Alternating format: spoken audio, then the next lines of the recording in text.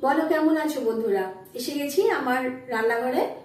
আজকে দেখতে পাচ্ছ তোমাদেরকে যেটা দেখাচ্ছি সেটা আজকে তৈরি করব, কিন্তু তৈরি করব একটু অন্যরকম ভাবে বলতে আমি আজকে তোমাদেরকে এই চিকেনটা একেবারে বিনা তেলে, মানে একদম অয়েল ফ্রি দেখাবো।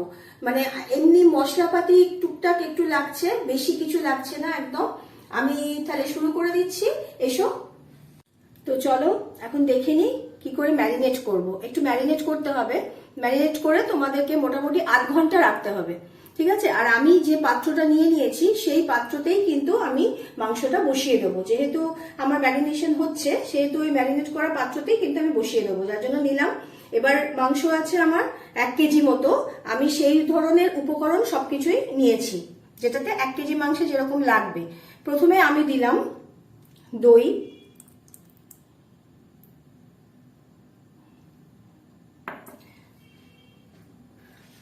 4 টেবিল চামচ টক দই, একটা পাতিলেবুর রস, একটা পেঁয়াজ বাটা,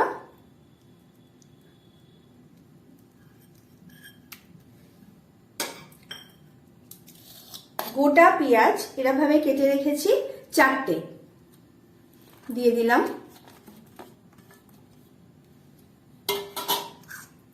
আর 2টো টমেটো মাঝারি সাইজের,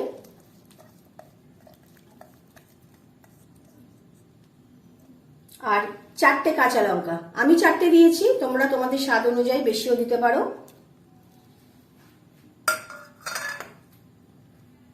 এবার আসি কিছু মশলায়, সেটা হলো আদা বাটা দিচ্ছি 1 চা চামচ, রসুন বাটা দিচ্ছি 2 চা চামচ,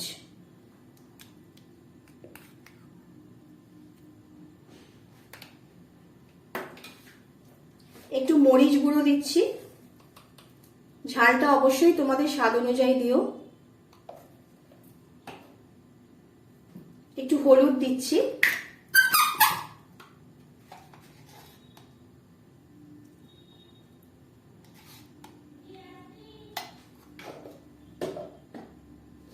এবার একটু নুন দেব,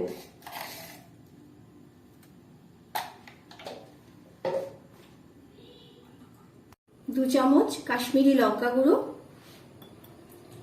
আর স্বাদ মতো একটু গরম মশলা। ব্যাস, এই আমার মশলা। এবার আমি এগুলোকে ভালোভাবে মেখে নেব।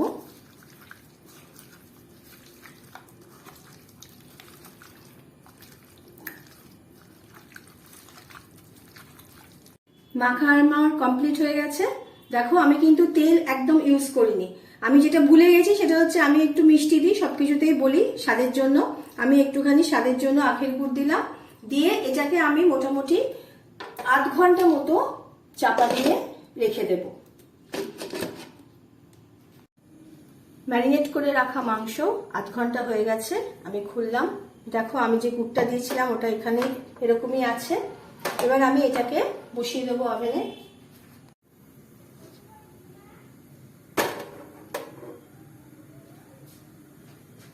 আঁচটা একটু বাড়ানো থাক, এটা চাপা দিলাম। আজকে হচ্ছে অয়েল ফ্রি চিকেন। দেখো ফুটে গেছে। আমি এবার কি করব, আগে আঁচটা কমিয়ে দেব, দিয়ে একটু নেড়ে দিলাম। আমি যে কড়াটা ব্যবহার করছি সেই কড়াই যে তোমাদের ব্যবহার করতে হবে সেরকম কোনো কথা নেই। তোমাদের বাড়িতে যে ধরনের কড়া আছে, যেভাবে রোজ রান্না হয় সেই কড়াও ব্যবহার করতে পারো, তবে একটু চাপা দিতে হবে। এই রান্নাটা একটু চাপা না দিলে হবে না, সেদ্ধর ব্যাপার আছে। আর একটা কথা বলে দিই তোমাদের, যে বাড়িতে বয়স্ক আছেন, যারা হয়তো খাওয়ার অসুবিধে হয়, তারা যদি মনে করে এই মাংসটা কিন্তু প্রেসার কুকারে সেদ্ধ করেও করতে পারে, কোনো অসুবিধা হবে না। তার জন্য আমি এমনি করছি তোমাদেরকে দেখানোর জন্য, বা আমরা এরভাবেই করি। যারা ধরো অসুবিধা হচ্ছে যাদের, তাদের করতে পারে তারা, কোনো। আঁচটা আমি সিমের থেকে একটু জোর মাঝারি রাখলাম, মাঝারি আছে। 5 মিনিট পরে আমি খুলেছিলাম চাপা, আবার আমি চাপা দিলাম একটু নেড়ে। 10 মিনিট ফুটতে দিয়েছিলাম। 10 মিনিট পর দেখো জল বেরিয়ে গেছে। আমি কিন্তু একটুও জল দিইনি, তোমাদের সামনেই আমি মাখলাম, মেখে চাপালাম। দেখো একটুও জল দিইনি, আমি তেলও দিইনি। দেখো কিরকম তেল বেরিয়েছে। মাংসের তো একটু তেল থাকে নিজস্ব, সেই তেলই বেরিয়েছে। আমি কিন্তু কোনো রকম কিচ্ছু দিইনি, যেরকম আছে সেরকমই করেছি। এবার দেখো জল যেরকম আছে এখন সেরকমই থাকবে। 10 মিনিট পরে আমি খুললাম, খুলে একটু নাড়িয়ে দিলাম। এখনো আমার মাংসটা হয়নি, একটু হবে আরো। আমি ফিরে এলাম 20 মিনিট বাদে। দেখো ঢাকা খুলে দেখাচ্ছি তোমাদের। মাংস কিন্তু হয়ে গেছে, গলেও গেছে একদম সুন্দর। এটা ভাত রুটি দুটো দিয়েই খাওয়া যায়, তোমরা যে যেরকম ভাবে খাবে। এটা কিন্তু আমার একদম নিজস্ব রেসিপি, জানো তো। এটা কারোর থেকে আমি শিখিনি, এটা আমি নিজেই করি বাড়িতে, খেতে খুব ভালো হয়, তাই জন্য তোমাদের সাথে আজকে শেয়ার করছি। গ্যাস বন্ধ করলাম, রেডি আমার অয়েল ফ্রি চিকেন। এই হয়ে গেল আমার আজকের ডিনার, অয়েল ফ্রি চিকেন আর হাতে গড়া রুটি। তোমরাও খাও আর আমাকে কমেন্ট বক্সে জানাও যে তোমাদের কেমন লাগলো।